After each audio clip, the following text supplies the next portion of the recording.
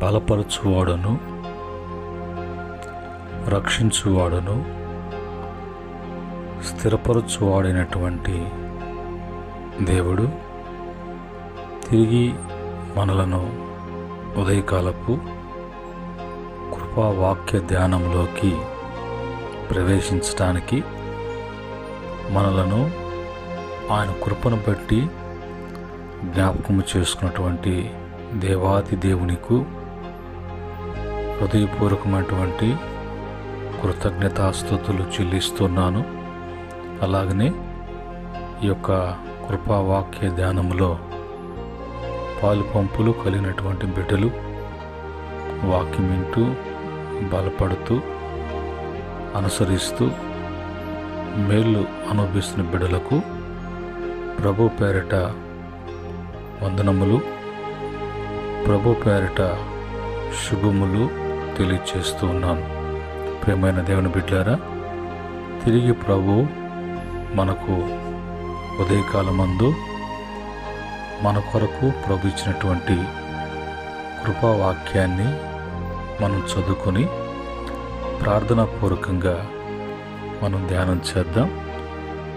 మరి సామెతల గ్రంథము 28వ అధ్యాయము 18వ వచనములో ఉన్న మాటని చదువుకొని మనము ప్రార్థనాపూర్వకంగా ధ్యానం చేద్దాం.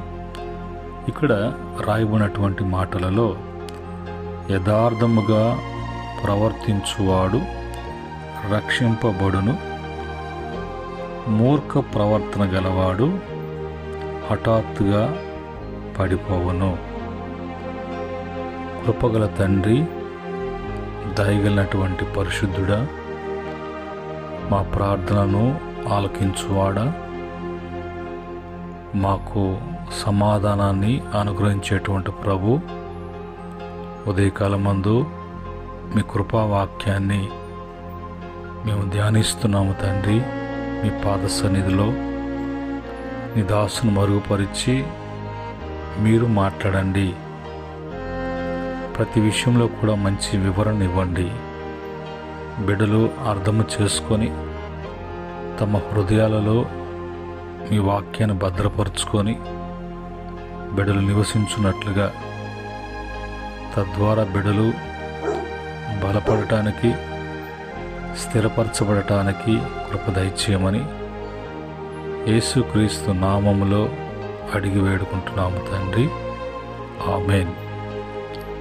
ప్రియమైన దేవుని బిడ్డలారా, ఈ సమయంలో మనము చదివినటువంటి మాటలలో అక్కడ ఉన్నటువంటి మాటలు ఏమని ప్రభు రాయించారంటే, ఒక బిడ్డ రక్షించబడటానికి, ఒక కుటుంబము రక్షించబడటానికి, ఒక ప్రాంతము, ప్రదేశము రక్షించబడటానికి భూమి మీద దేవుడు ఆయన యొక్క కృపను బట్టి ఇవ్వబడినటువంటి రక్షణ అనేది, రక్షణ కార్యము అనేది మానవునికి దేవుడిచ్చినటువంటి ఉచితముగా ఇవ్వబడినటువంటి రక్షణ. మానవుడు పాపము చేసిన తర్వాత ఆ పాపము అతన్ని నేరుగా మరణము, పాతాళము, పతనములోకి తీసుకెళ్ళింది.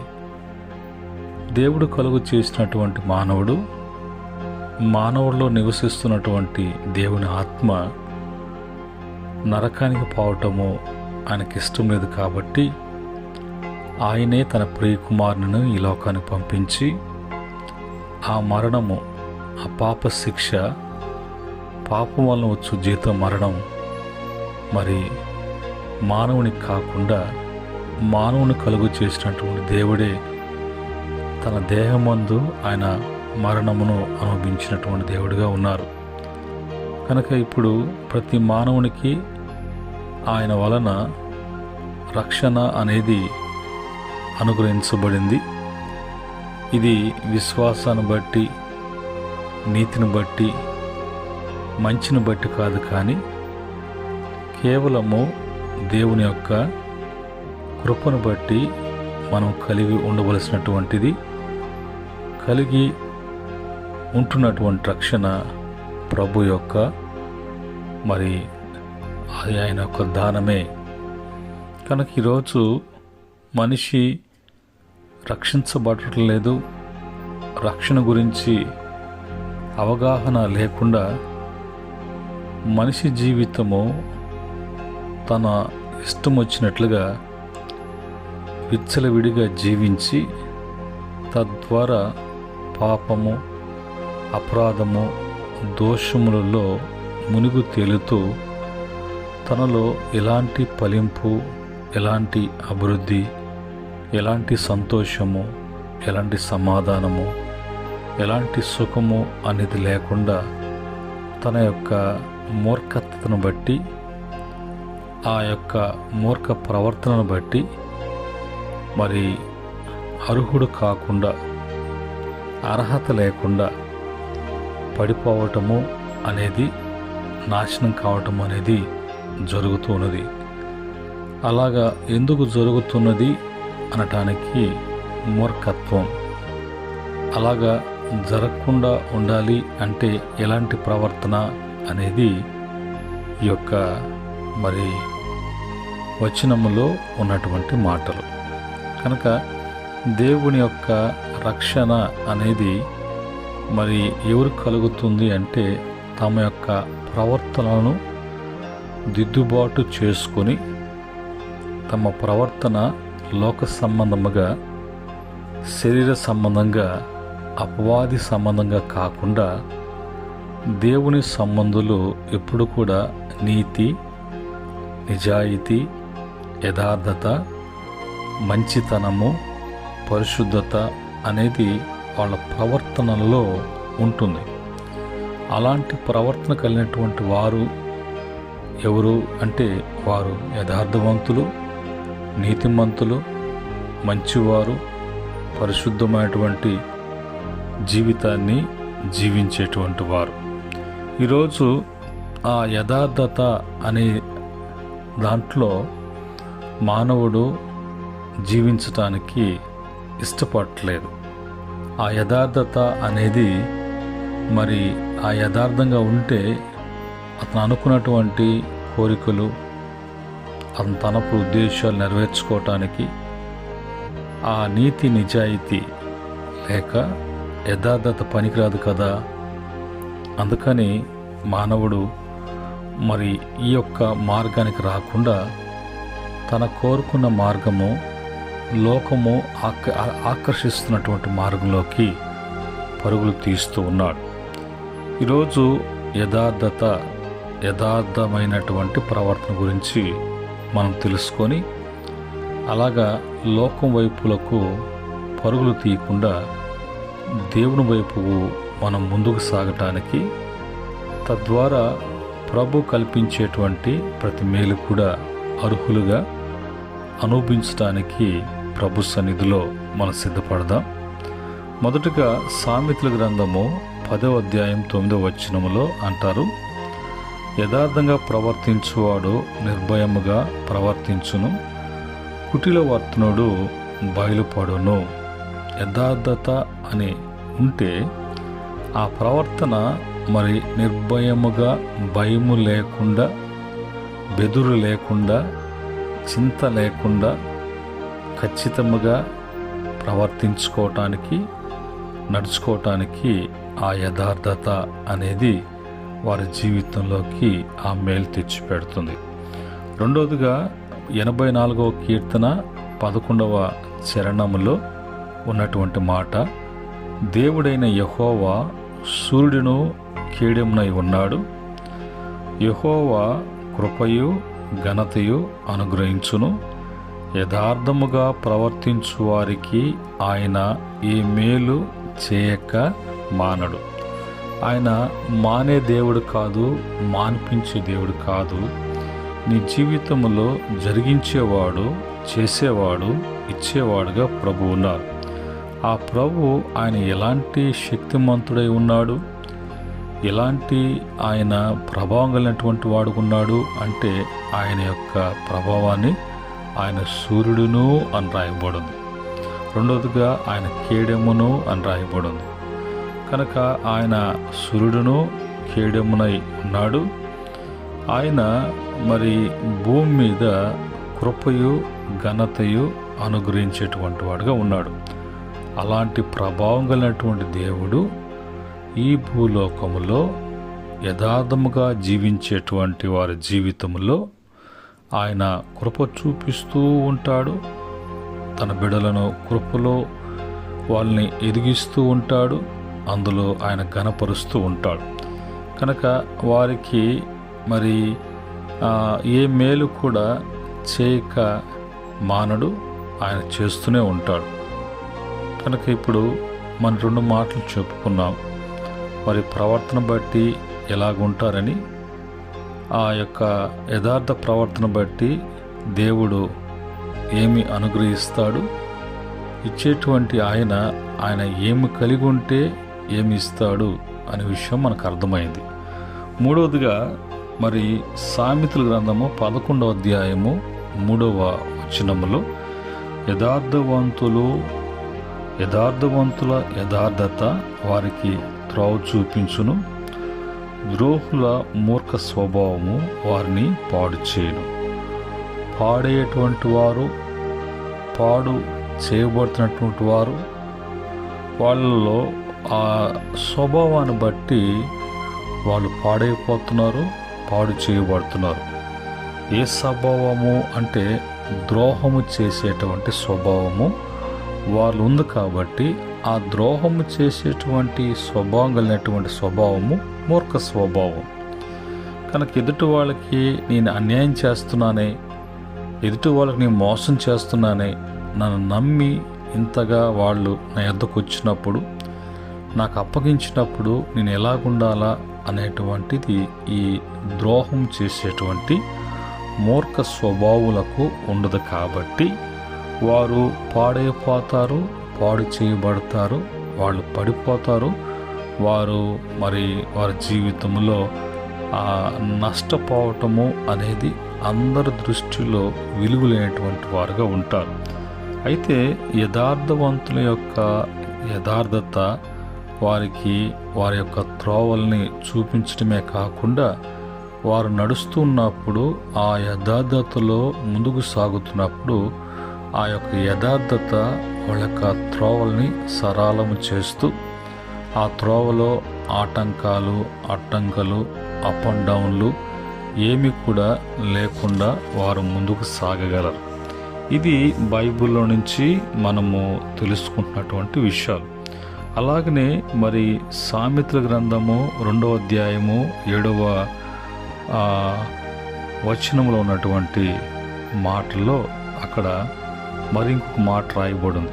ఏంటి ఆ మాట అనంటే, ఆయన యథార్థవంతులను వర్ధిల్ల చేయును, యుక్త మార్గము తప్పక నడుచుకున్న వారికి ఆయన కేడముగా ఉన్నాడు. మనం ఇంతకు ముందే చెప్పుకున్నాము, ఆయన కేడమై ఉన్నాడు, కేడమై ఉంటాడు. ఎవరికి? యుక్తముగా, కరెక్ట్గా, ఖచ్చితంగా, మంచిగా నడుచుకునేటువంటి వారికి. అలాంటి వారు ఎలాగుంటారు? భూమి మీద వాళ్ళు వర్ధిల్లుతూ ఉంటారు. వర్ధిలింప చేసేటువంటి వారు దేవుడే. కారణము ఏంటి అంటే వాళ్ళలో ఉన్నటువంటి యథార్థతను బట్టి అది జరుగుతుంది అనే విషయాన్ని మనకు ఖచ్చితంగా, కన్ఫామ్గా దేవుని యొక్క వాక్యం ద్వారా మనం తెలుసుకుంటున్నాం. ఈ క్రమంలో మరి ఆ యథార్థత కలిగినటువంటి వారు మరి ఒకటి యోబు భక్తుడు, ఉజ్జియా, అలాగనే దేవుని దృష్టిలో దావీదు, యేసేబు, అబ్రహాము, ఆ భక్తులందరూ కూడా వారు లోకాన్ని ఆశ్రయించాల. లోకాన్ని ఆశ్రయించి లోకము నుంచి వాళ్ళు మరి పుచ్చుకోవటానికి, వాళ్ళ అవసరం తీర్చుకోవటానికి పరుగులు తీల. వారు దేవుని కొరకు నిలిచి ఉన్నారు, యథార్థముగా నిలిచి ఉన్నారు, యథార్థంగా వాళ్ళు జీవించారు. ఈ క్రమంలో బైబిల్ చెప్పేటువంటి మాటలో ప్రవర్తన అనే విషయానికి వచ్చినప్పుడు 37వ కీర్తన 23వ చరణంలో ఒకరి నడత యెహోవా వలనే స్థిరపరచబడును, వాని ప్రవర్తన చూచి ఆయన ఆనందించును. నీ ప్రవర్తనను స్థిరపరిచేటువంటి దేవుడు నీ నడతలను స్థిరపరచటమే కాకుండా నీ నడతలలో ప్రవర్తన అనేది కరెక్ట్గా ఉండేటట్లుగా చేసేవాడు కూడా ఆయనే. అలాగా నీ నడిపించేవాడు, నడతను స్థిరపరిచేవాడు, అందులో నీ ప్రవర్తన చూచి ఆనందించి నిన్ను ఇంకా ప్రభు అన్ని విషయాల్లో కూడా వృద్ధి చెందించేటువంటి దేవుడిగా ఉన్నాడు. అలాగనే యోబు గ్రంథములో ఉన్నటువంటి మాట ప్రకారంగా, యోబు గ్రంథము 34 ప్రకారంగా, ఆయన నా ప్రవర్తన నెరుగును కదా, నా అడుగు జాడలన్నిటిని కూడా లెక్కించును కదా అని అంటాడు. కనుక అన్నీ కూడా ఆయనే జరిగిస్తూ ఉన్నారు, దేవుడే చేస్తూ ఉన్నాడు. ఇప్పుడు యథార్థతను బట్టి వేసే ప్రతి అడుగు కూడా దేవుడు దానిని ఆయన లెక్కేస్తున్నాడు, లెక్క పెడుతున్నాడు. ఎన్ని అడుగులు వేస్తున్నాడో, ఏ విధంగా వేస్తున్నాడో, అడుగుల్లో ఉన్నటువంటి అతని యొక్క ప్రవర్తన విధానం ఎట్లా ఉంది అని యోబు జీవితంలో దేవుడు లెక్కేసినట్లుగా లెక్కేసి చూశాడు. కాబట్టి నా జీవితంలో నేను రెండింతలుగా ఆస్వాదించబడ్డాను అన్నట్టుగా తన యొక్క ఉద్దేశంలో. అలాగనే సామెతల గ్రంథము 28వ అధ్యాయము 8వ వచనములో న్యాయము తప్పిపోకుండా ఆయన కనిపెట్టును, తన భక్తుల ప్రవర్తన ఆయన కాచును. ఆ పైన కూడా 7వ వచనంలో కూడా మంచి మాట రాయబడి ఉంటుంది. కనుక ఇప్పుడు ప్రవర్తనను నేర్పించేవాడు ఆయనే, అదే ప్రవర్తనలో ఉండటానికి స్థిరపరచేవాడు ఆయనే. అలాగను ఉంటున్నప్పుడు లెక్క చూచి ప్రతిఫలం ఇచ్చేవాడు ఆయనే. నీ విషయంలో తప్పిపోకుండా ఆయన భక్తుడు కాబట్టి ఆ ప్రవర్తన కాపాడేటువంటి వాడు కూడా ఆయనే. కనుక మనం ఇప్పుడు ఏం చేయాలా అంటే, సామెతల గ్రంథము 3వ అధ్యాయం 6వ వచనంలో నీ ప్రవర్తన అంతటి యందు ఆయన అధికారమునకు ఒప్పుకొనము, అప్పుడు నీ త్రోవలను సరళము చేయబడును. ఎప్పుడు కూడా మన స్వబుద్ధిని ఆధారంగా చేసుకోకుండా సొంత ప్రయత్నాలు అనేది ఏది కూడా మనం లేకుండా చూసుకోవాలి. తర్వాత సామెతల గ్రంథం 16:7వ వచనములో ఒకని ప్రవర్తన యెహోవాకు ప్రీతికరముగా ఉన్నప్పుడు ఆయన వాని శత్రును సహా వానికి మిత్రులుగా చేయను. చూసారా, ఈరోజు మనము మన ప్రవర్తన బట్టి, మన నడతను బట్టి లెక్కేసే దేవుడు ఎలాంటి రక్షణ, ఎలాంటి స్థిరత్వము, ఎలాంటి భద్రత, ఎలాంటి మేలు, ఎలాంటి మంచి, మన జీవితంలో ఎలాంటి ఆనందము, ఎలాంటి సంతోషము, ఎలాగ ప్రభులో మనము ఆనందించుచు వర్ధిల్లటము అనేది అంతా కూడా ప్రవర్తన. ఆ ప్రవర్తన యథార్థమైనటువంటి ప్రవర్తన.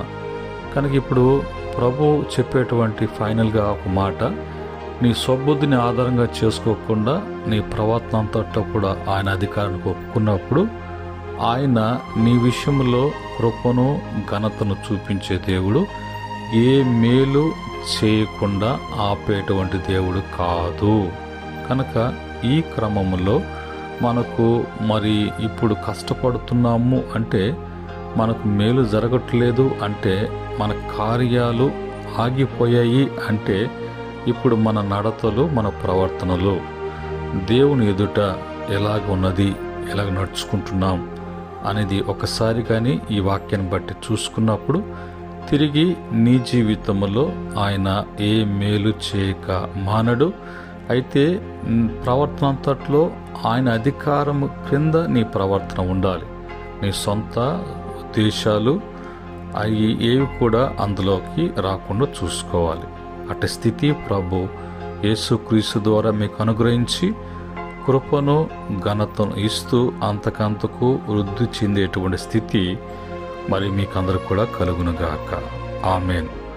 ప్రేమగల తండ్రి, జీవము కలిగినటువంటి మా దేవ, ఉదయకాలమందు కృపావాక్యాన్ని బట్టి మా జీవితాలలో ప్రభా మా ప్రవర్తన, అది ఎలాంటి ప్రవర్తన బట్టి మాకు కలిగేటువంటి ప్రతి మేలు గురించి మీరు తెలియచేశారు.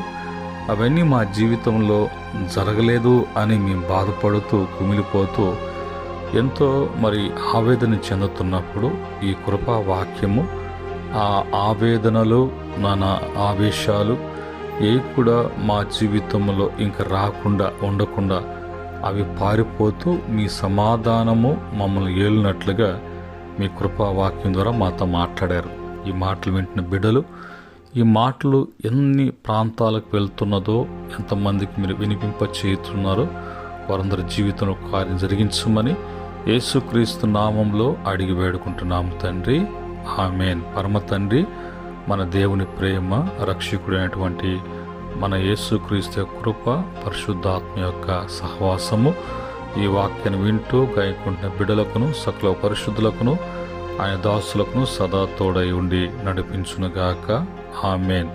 దేవుడు మిమ్మలను, మీ కుటుంబాలను అన్ని విషయాలలో కూడా కృపను, ఘనతను అనుగ్రహించి ఆయన రక్షణలో ప్రతి మేలు కూడా మీరు పొందునుగాక, ఆమేన్.